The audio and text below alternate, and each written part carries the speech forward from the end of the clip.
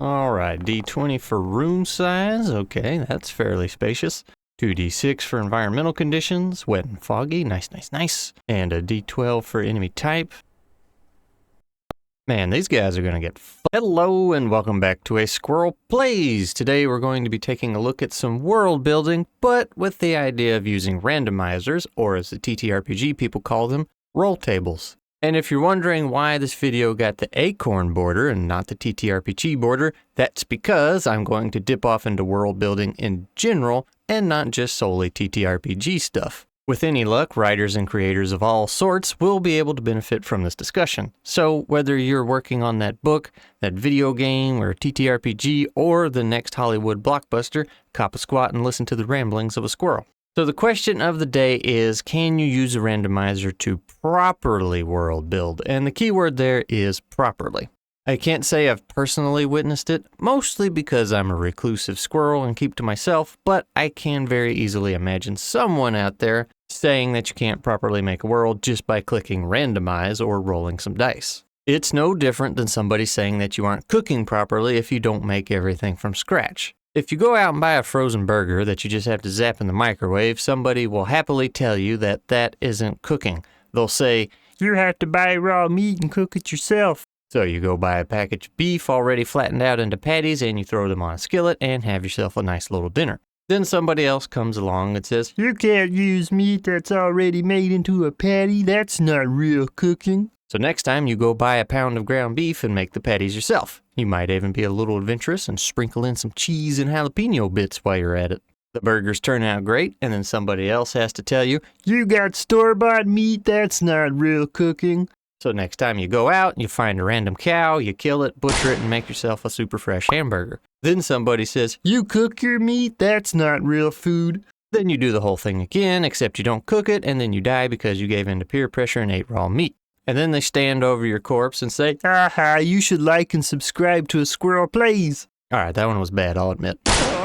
But my point is, somebody somewhere, without a doubt, will tell you that you're doing it wrong. And that third way is the better way. I'm sure we all know exactly who that person is in our own lives. But a better question might be, should you use a randomizer? Keeping up with the burger example, it's probably better not to consume the pre-made frozen patties because Lord knows what they have in them. Whereas if you buy the beef yourself, you'll be just a smidgen healthier, plus you have a bit more creative freedom.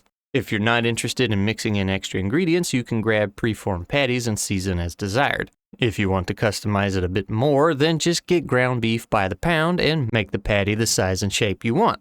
A randomizer for world building or just storytelling in general really isn't much different in my opinion. If you let the randomizer do all the work for you, then yes, odds are it will show, kind of like that pre-cooked and frozen burger. It won't be the best tasting thing, but it might get the job done if you're in a tight spot. So your next question might be, what is too much randomizer and what isn't? And the answer to that is the old reliable, it depends. You might be able to answer that question by asking yourself another question, and that is, how much time do you have? If your next ttrpg session is in the next hour, then there is no too much randomizer. You got to get it done, so start rolling dice and go nuts. Essentially, my argument is that randomizers are a tool and can be a great thing when used as such. I see no reason why you couldn't or shouldn't use some sort of randomizer to build your world. Again, regardless of what platform you're telling your story on. Let me give you an example of how one can use a randomizer. I used ChatGPT to come up with the title for this video. I've asked it the same question more than once in the past and have gotten different responses, so I'll say it's close enough to a randomizer for this example. If anything, it's a heavily guided randomizer. I came up with several title suggestions on my own, but I couldn't decide on what I liked. I felt like I was close, but I wasn't able to settle on anything. I picked about 4 titles, told it which one I liked best and wanted to lean into more, and then it generated, I think, about 7 more titles for me.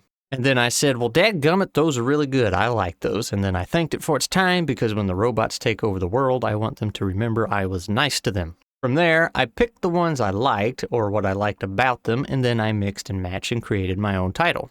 The randomizer, or ChatGPT in this case, didn't do all the work for me. It assisted the work. A ttrpg roll table is no different, and yes, you can use those for writing in general. Rolltables, or randomizers, are a great way to start a fire under you and get the gears moving in your brain.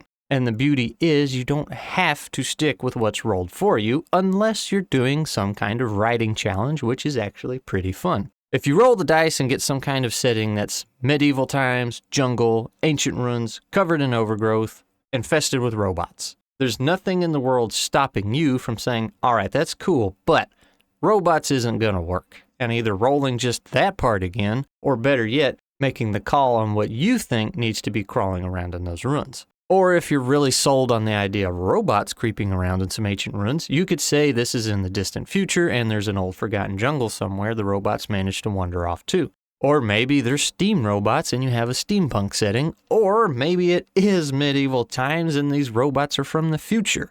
Now see, I realize that I write scripts for these videos and can think about things ahead of time, but I promise you that I wrote out that last bit without any editing. I wrote down the random prompt just to see what I could come up with, and those are the words that came out of my mind with little to no thought. I actually had to stop myself on the time traveling one because I almost went off on a tangent and started making a whole reason for them being there. But that's exactly my point. A random prompt or randomly generated setting can make a wonderful spark to get ideas flowing. There's absolutely no shame in that whatsoever. Sometimes you'll keep most of the prompt and only change a few things here and there, and sometimes by the end of it, you'll end up changing the entire thing and completely forget what the original randomized output was to begin with. And who cares so long as you get where you need to go. Now, with all that said, I will agree that yes, sometimes you can tell something was randomly generated. The more you let a randomizer do the work for you, the more it will show. For the tabletop players out there, you've probably already seen this, but Bob the World Builder did a pretty good video on using roll tables. He takes the time to dig into a little bit of the math behind it and explains how you can construct and modify your own randomizer to do a better job of rolling a better game and avoid the traps and pitfalls of using randomizers in your TTRPGs. But since we're not here just solely for TTRPGs, I'll leave the dice math out of it and just send you over there instead of trying to take his views. It was a good watch and I do recommend it if you're in the need for better roll tables for your tabletop needs. So with all that out of the way, and this one will be TTRPG focused, let me tell you another way to let randomization help you out that I found out works pretty good for me. Despite really enjoying making maps, I found this tool called DunGen and it can be really helpful. And yes, after you use it a few times, you'll know when somebody used this tool to make their own maps. However, despite me really enjoying making maps myself, I can readily admit some of my better one-shot maps came from this tool. And while I can't say for certain, I think part of the reason is because I was challenged by this thing. Because you see, when DunGen kicks out a map, I'm locked into that design. I had to come up with reasons why these hallways were here and what all I could put inside of them. Usually when I make a map, I'll think of traps and treasures and special situations I want to place in the map and then build a room around those. Using DunGen, I had to do it the other way around. I had to map first and then figure out what I could put inside of it. I had to think a different way and that led to some interesting games. And I'll actually be talking briefly about one of those one-shots on a future episode over on the Planar Crossroads show, assuming I remember to bring it up.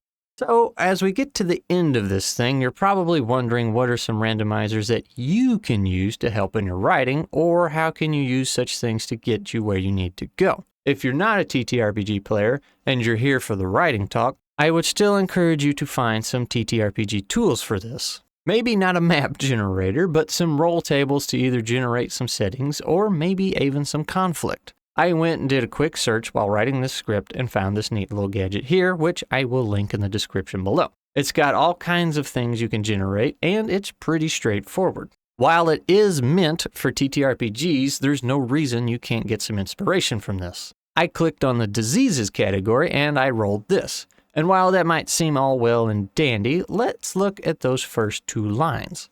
It's spread by breathing contaminated air, and a person develops the symptoms sometime in the person's life from 2 to 40 years. When I saw that, right away my brain started coming up with something and completely threw out everything else that had been generated. How crazy would it be if there was some factory explosion or wizard experiment gone wrong that put something in the air and thousands of people got it but had no idea? Nothing happened at first until like 20 years later, everybody and their brother started coming down with something. That's the making of a zombie apocalypse situation, if you ask me. How difficult would it be to trace it all the way back to something that happened 20 years ago or more? The disease could be whatever you want, but the interesting part I got out of this randomizer was the idea of the disease lying dormant for 20 years before doing anything. And since that one worked out well, I thought, why not try it again? This time I thought I would try the strange crimes generator. I got a caravan led by an exotic-looking guard who is believed to have been polymorphed into an ottoman at a brothel, and the local population hasn't spoken a word since. The case is being handled by the city guard, who are not doing so much for solving it and yelling at everyone trying to share details. Now, the last 2 lines there I'm going to drop. Despite the whole ottoman thing, that's a pretty solid setup. Your exotic-looking guard would obviously be a key character in this plot, but you now have to come up with a reason why the guards aren't helping and why the local population hasn't spoken a word since. Was the brothel one of those things that existed but everyone pretended it didn't and this brought entirely too much attention to it? Was the exotic guard being there a tremendous embarrassment to a king or somebody important? If it was, maybe the exotic-looking guard was tricked and led to that place and framed. Or maybe that guard had a dirty little secret of his own and now it's caught up with him. You get the idea. The randomizer isn't writing the story for you. There's still plenty of details for you to fill out and put your own personal touch to it, as well as characters. And of course, you can absolutely use randomizers on a much, much smaller scale. Let's say you wrote that story about the disease that lay dormant for 20 years, then suddenly broke out. The cure was in some strange flower, only you have zero idea what that flower looks like. You could fire up a roll table, or you could find an AI art generator and give it the prompt, super cool and colorful looking magical plant. So long as you keep clicking the generate button, it'll keep generating different plants for you. And if you do try this, I will go ahead and tell you that AI doesn't know what to do with super cool, but I did it anyway. And this is where I'm going to get super hypocritical. I'm sure at least one person watching this is wondering, did I use randomizers of any kind for the universe I made for my stories? And the answer is no. I didn't use a single one. But that's because I really enjoy making things from scratch. I'm the one that likes to make the patties myself. That's something that sparks joy for me, not because I think it's better or the real way to do something. Heck, a lot of times when I try and make a burger, it's not very good. I enjoy the brainstorming process. I feel good spending an afternoon writing down a ton of random ideas and slapping them all together to see what works and doesn't work and where I can go from there. ttrpg players might enjoy exploring dungeons, but I enjoy exploring what's rattling around in my squirrel brain and seeing what all I can loot. So far, I've managed to find not 1, but 2 whole brain cells. And apparently I did not finish this script. Wow. Wow. And to wrap all this up, I'll admit this has been a bit of a ramble, but hopefully I made an interesting point here and there and gave you some ideas to work with. Randomizers and rolltables are useful tools. It's similar to getting a bunch of people in a room and brainstorming. If you just took every idea that people came up with and slapped it all together without refining anything, it'd be the same thing as letting a randomizer do all the work for you. A really good example of taking all the ideas and running with them would be Craftopia. And probably Ark, but I think I've run that game over with a bus enough on this channel. Maybe. Craftopia legitimately looks like they took every idea they came up with during a brainstorm session and didn't even stop to ask if it should be in the game or not. Not to mention none of them even had an original idea. And spoiler alert, it does not work very well at all. So in other words, moderation is key. Use roll tables, but make it make sense. And with that, I guess the shout out for today goes to Lord of Hamsters for sort of having the idea for this video. His original idea was when to and when not to use roll tables, and I'm not sure that's what actually happened, but I think it ended up being an alright video anyway. And you know what? Shout out to Theo too. Poor Theo tried to run a game of ICRPG for my campaign group one night, and as soon as we got started, my power went out due to a very sudden gust of wind. And it stayed out for almost 24 hours too. Apparently, I was one of the lucky ones. Other folks were out for a whole week. But yes, we had to cancel the game. It was very sad, and I feel bad. But that's it. Tell me how often you use rolltables and randomizers, either for your writing work or tabletop games. How do you feel about them? Is it being lazy and cutting corners, or is it smart? Do you try not to use them just to challenge yourself? Are you a stick in the mud? To the comments we go!